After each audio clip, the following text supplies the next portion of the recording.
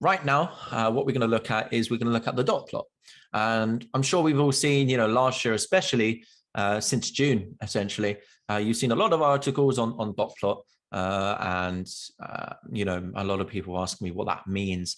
But it's a very, very good indication of where members of the Fed or members of certain central banks, dot plot is more to do with the Fed, but it is to show you where the central bankers see interest rates being. All right, we're going to show you some examples on the Bloomberg terminal.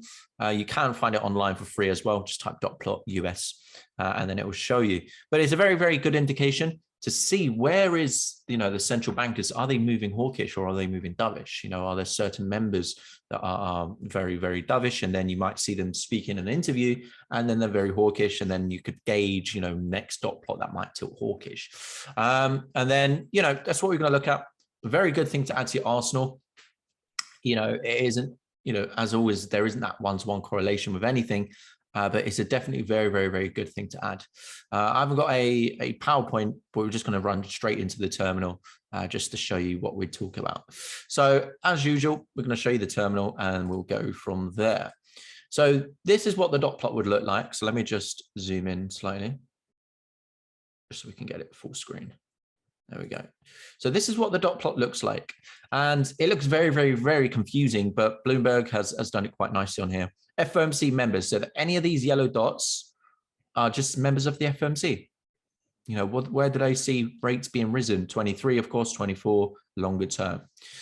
So if we look way back in June, or before June, actually, that's June, that's pre-June. Okay. So this is March 17th of March, the US does month first. So 17th of March, 2021. What this tells us is none of the members were seeing any interest rates being risen in 2021. A lot of them seeing it in 2022, but some was expecting, 0.5% hike or 0.5% interest rate, and then I'm assuming that's meant to be, what was this one? We can have a just top on it, 0.625. And then a lot more of them were just tilting slightly more into 2023. This wasn't really giving us anything.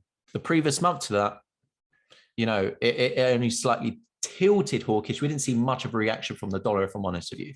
And then the next meeting after that is where the real big change happened. And that's when the real big shift of selling the dollar to buying the dollars happened. And this was a huge indication to the market and to investors and to banks that the Fed is trying to tilt a lot more hawkish. And I'm sure as you've just learned in monetary policies, when a bank tilts hawkish, it's positive for the currency. It's generally positive.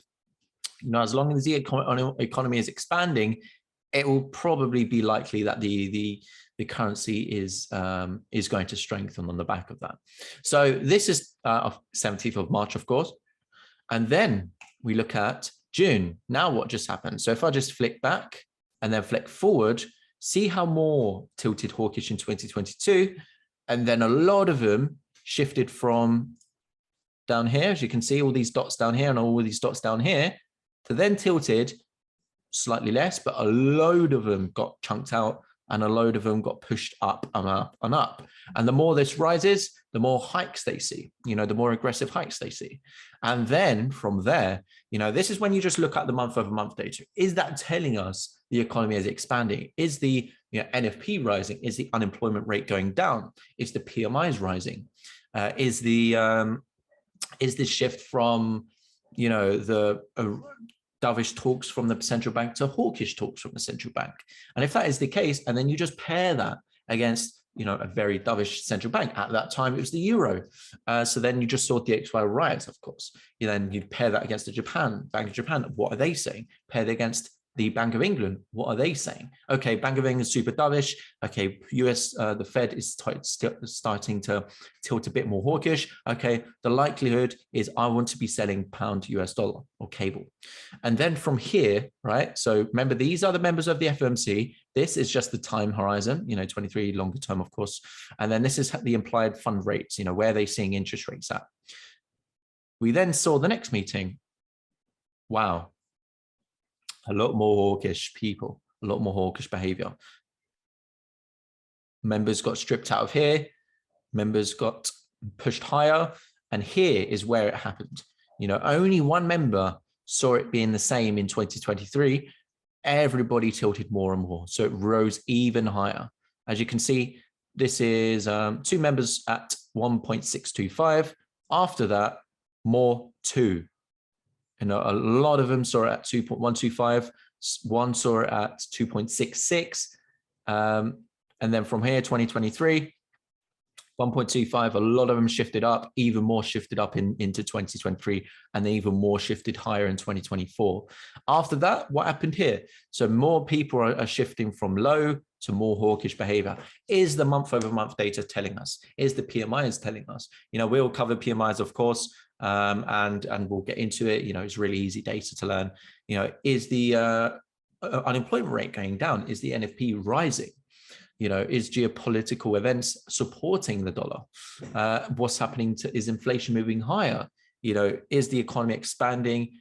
But the inflation is also, let's say, for example, economy is stagnant, wasn't moving anywhere, but inflation's rising. That's creating stagflation environment within the economy. And if the bank tilts hawkish, it kind of pulls out the credibility out of the market for that central bank. The best example right now would be the Bank of England back in November time. October, November. Then after this, what happened? So 15th of December, what happened from here? Now, nobody is expecting rates to be the same in 2022. More and more and more are tilting more hawkish. 2023, the lowest is 1.125. The highest on here is 2.125. And now it just is shifting higher. And what does that tell you, the economy? The Fed is essentially telling us that they need to slow down the economy. The economy is expanding rapidly and inflation is obviously moving higher because of supply side issues. But nevertheless, the Fed is tilting very, very hawkish and it's supporting that dollar. If you look at the DXY since then, which I shall show you in the next videos, it's just supporting that stronger dollar. It's honestly just supporting it. And then my meeting after this, heading into 2022, wow, boom. A lot of them's moving higher and moving higher. And then eventually, of course, it's dropping off because rates can only go so high before it becomes an issue for the economy. I'm sure we all know that. So this is what's the implied. And then this is the most recent up-to-date 16th of March projections.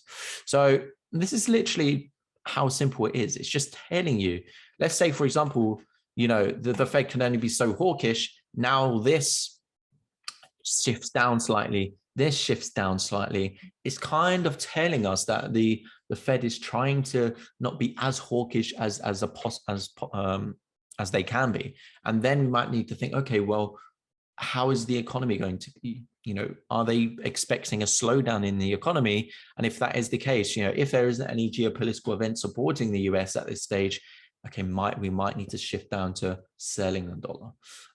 You know, there's obviously, you know, you have to look over the data as well, not just the dot plot and not just monetary policy, because, for example, you could just be looking at the Bank of England, who's very hawkish, but hiking into weakness. I'm sure, you know, GDP is really low. But if you did look at that GDP and you just bought the pound because of a hawkish shift from the central bank, you're doing fundamentals completely wrong. You know, fundamentals isn't just a one-way street. You also have to look at other avenues. You know, how's the PMIs in the UK? How is the GDP? How's the inflation? Okay, inflation is moving higher, but how is the economy as well? You know, if this is all very positive and all supporting it, okay, great. You want to be buying the pound. If not, you want to be stepping away or selling the pound. Okay, so that's how simple it is. So let's see how the next dot plot shifts. We can obviously gauge, I think that's next month in June. We can gauge how are the policymakers expecting interest rates to be, and then we can go from there. So that was the dot plot. Honestly, it's that simple. This down here is obviously just the time horizon. This up here is where they're seeing interest rates being, and then as these move higher, as these dots move higher, hence why it's called the dots plot, they're just suggesting more hawkish behavior from the central bank. So therefore, your indication would be, your first thought would be, okay, this will probably be very supportive for the currency. Okay, now I need to look toward how is the data? How's the month over month? Is that supporting it? If that's the case, okay, great. We want to be likely buying the pound. You'd also have to look at what the environment is globally. Is there another COVID wave, of course, in China recently? Is there a war? Okay, that's going to support the dollar as well. And then, we would go from there, of course. But at the moment, everything is supporting the US dollar. And if you just look at the DXY, it's still moving higher. So that was the dot plot. It's that simple. I will see you in the next videos. Take care.